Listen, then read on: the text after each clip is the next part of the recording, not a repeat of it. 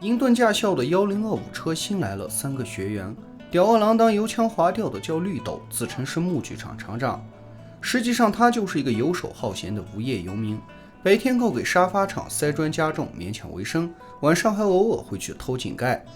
体型稍胖的苟宇佳是一名报社记者，文章虽然写了不少，但从来没有句真话，不是做些颠倒黑白的报道，就是为工厂写虚假的营销广告。他声称这次学车是为了提升工作效率，有朝一日能成为世界名妓。旁边的绿豆忍不住调侃道：“杜十娘也是名妓，这事你还得动个手术。”比起他们两人，中年妇女陈芬要显得比较老实和本分。离异下岗的她学车就是为了开出租谋生计。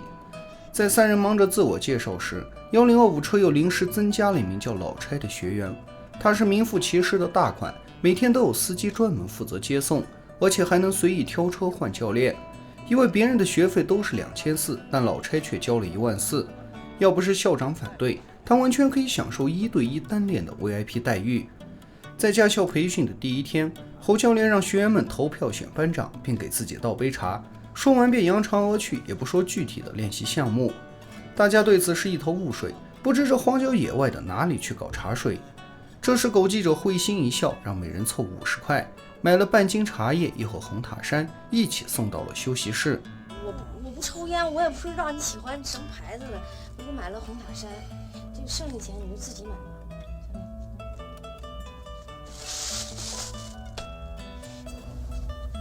这以后不能天天这样啊！哎，这是谁的主意？那个记者让他当班长，不讨论了。哎，侯教练收了贿赂后，方开始教大家学习原地挂档。为了让学员们练习时能更加用心，驾校规定熄火后必须用手摇。排在第一的老差声称下午要和老外进行国际谈判，于是独自霸占了整个上午的练习时间。由于他恶踩乱刹，老是熄火，所以排在后面的陈芬摇的是精疲力尽。大伙为此愤愤不平，谁也不愿再去替老差摇车，并指责他是残害妇女儿童。可俗话说有钱能使鬼推磨，经过一番讨价还价，绿豆答应10元一次的价格帮老差摇车。整个上午下来，绿豆虽然累到吐血，但足足赚了200多块。与此同时，狗记者一边学车一边讨好上级领导，希望能从公账上报销自己的学费。领导虽然没同意，但允许他在不影响发稿的情况下占用工作时间去学车。狗记者对此非但不生气，还一脸开心地离开了，因为这才是他的真实目的。正如鲁迅先生说道，中国人的性情总是喜欢调和与折中。如果你说这屋子太暗，要在这里开一个窗，大家一定不允许。但如果你主张拆掉屋顶，他们就会愿意开窗。几天后，1025车又临时增加了一名学员，叫杨伟。他是北京大学的研究生，属于高级知识分子，但练起车来却又呆又笨。当把栏杆撞翻后，还下车来仔细观察、计算距离，声称这样开起来会更有把握。教练忍不住教训道：“车是开的，不是算的，要凭感觉。”平日里，杨伟因为名字时常遭到大伙的调侃和取笑。当他一脸认真地解释自己的伟是伟大的伟时，狗记者反问他是白天伟大还是晚上伟大。这天，校长见学员们练习懒散，进度缓慢，加之车太脏，于是处罚大家去洗车。绿豆、陈芬、狗记者见状后纷纷借故开溜，唯有老差和杨伟被留下来。而老差毫不在乎，直接掏出翻盖手机，马上调了2个美女来洗车，同时拿钱让杨伟买了一包烟送去休息室。此时的侯教练正在看不可描述的电影，一听有人进来，急忙尴尬地关掉了电视机。他见杨伟递来的是红塔山，便说自己不喜欢抽高档香烟，不如去换5包便宜的哈德门。实际上，侯教练每次都会把收受的香烟拿去小卖部变现，但因村里很少有人抽得起红塔山，回收价格比较低，所以侯教练便开始让学员们送便宜的哈德门。不久后，学员们都已经学会了原地挂档，于是开始上路训练。压人还是压羊？压羊。给我减速！压羊了，一考你就犯懵。你以为你开的这是飞机啊？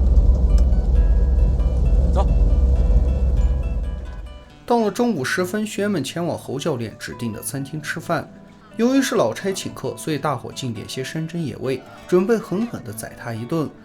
俏丽的老板娘见来了大款，一时间是眉开眼笑，对学员们殷勤备至，甚至还和侯教练喝上了交杯酒。狗记者看出两人的关系非同寻常，于是偷偷用相机拍下了这一幕。而老差虽然答应请客，声称钱不是问题，自己打个盹都能赚几十万，但结账时却故意掏出刚刚发行的长城信用卡，这对当时的人来说根本是闻所未闻的支付方式，所以大伙只能平摊饭钱，用现金结账。自此老差便以不带现金为由，天天吃白食。虽然他说往后一定请大家到5星酒店吃豪华大餐，但大伙都明白老差就是个有钱的叫花子。另外每次学员们吃完饭前脚才走，教练后脚就去拿回扣，而且他还顺路帮商贩运水果赚外快。如此一来，教练车几乎成了货车，学员们也成了免费的搬运工。不过上有计策，下有对策，有钱的老差直接叫司机把豪车开来，跟在后面，可谓是学车休息两不误。只见他小风吹着，小歌听着，软座坐着，那叫一个享受和滋润。而学员们也纷纷跑到了老差的豪车上，只留侯教练在吉普车上当常驻代表。一日，学员们又跟着侯教练来到了老地方，但谁也不敢点菜，只说要吃面。不料老板娘却说今天是侯教练的生日，会特别赠送2个菜，大家也要凑钱庆生，以谢施礼。学员们因为都担心考试时被穿小鞋，所以不敢不从。而狗记者生气之余，让绿豆将一张神秘照片邮寄往了教练家。另外，老差一听陈芬的女儿特别喜欢狗，就将自己价值不菲的名犬送给她。坐在前排的狗记者带着意味深长的语气说道：“男人有钱就变坏，女人变坏就有钱。”朴实的陈芬这才明白老差居心不良，于是便要将狗还给他。由于老差怎么也不收，加上狗每顿要吃4根香肠加牛奶，连豆浆都不喝，所以陈芬只能牵到市场转卖。与此同时，校长因家门口的井盖被偷出车祸进了医院。狗记者出于职业习惯，便对此事展开了调查，发现井盖内已经形成了有人偷、有人收、有人买的怪圈。相关负责人对此很无奈，说制作一个井盖要几百块，但从废品站买只要60块。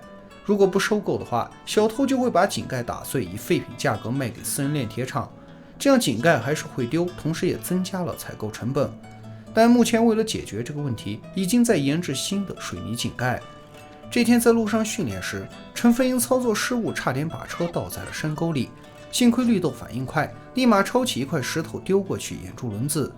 侯教练为此大发雷霆，说差点车毁人亡，必须要向驾校报告。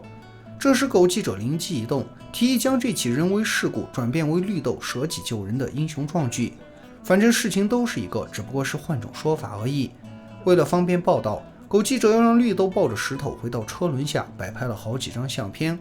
一番精心的包装后，绿豆从游手好闲的小偷成了舍己为人的英雄好汉，并得到了驾校的表彰和嘉奖。而侯教练却因照片的事被媳妇闹得鸡犬不宁，屋里的东西也被砸了个稀巴烂，同时还遭到了驾校的处罚。绿豆和狗记者眼见事情越演越烈，于是主动承认错误，向侯教练赔罪道歉。在学车的过程中，虽然侯教练和学员们发生了许多矛盾，但随着深入相处，都渐渐理解了彼此的不易和艰难。最后1025车全体学员顺利通过考试，拿到了驾照。老差呢也转变了自己的态度，带着大家去5星级酒店吃了一顿豪华大餐，同时还为绿豆安排了工作。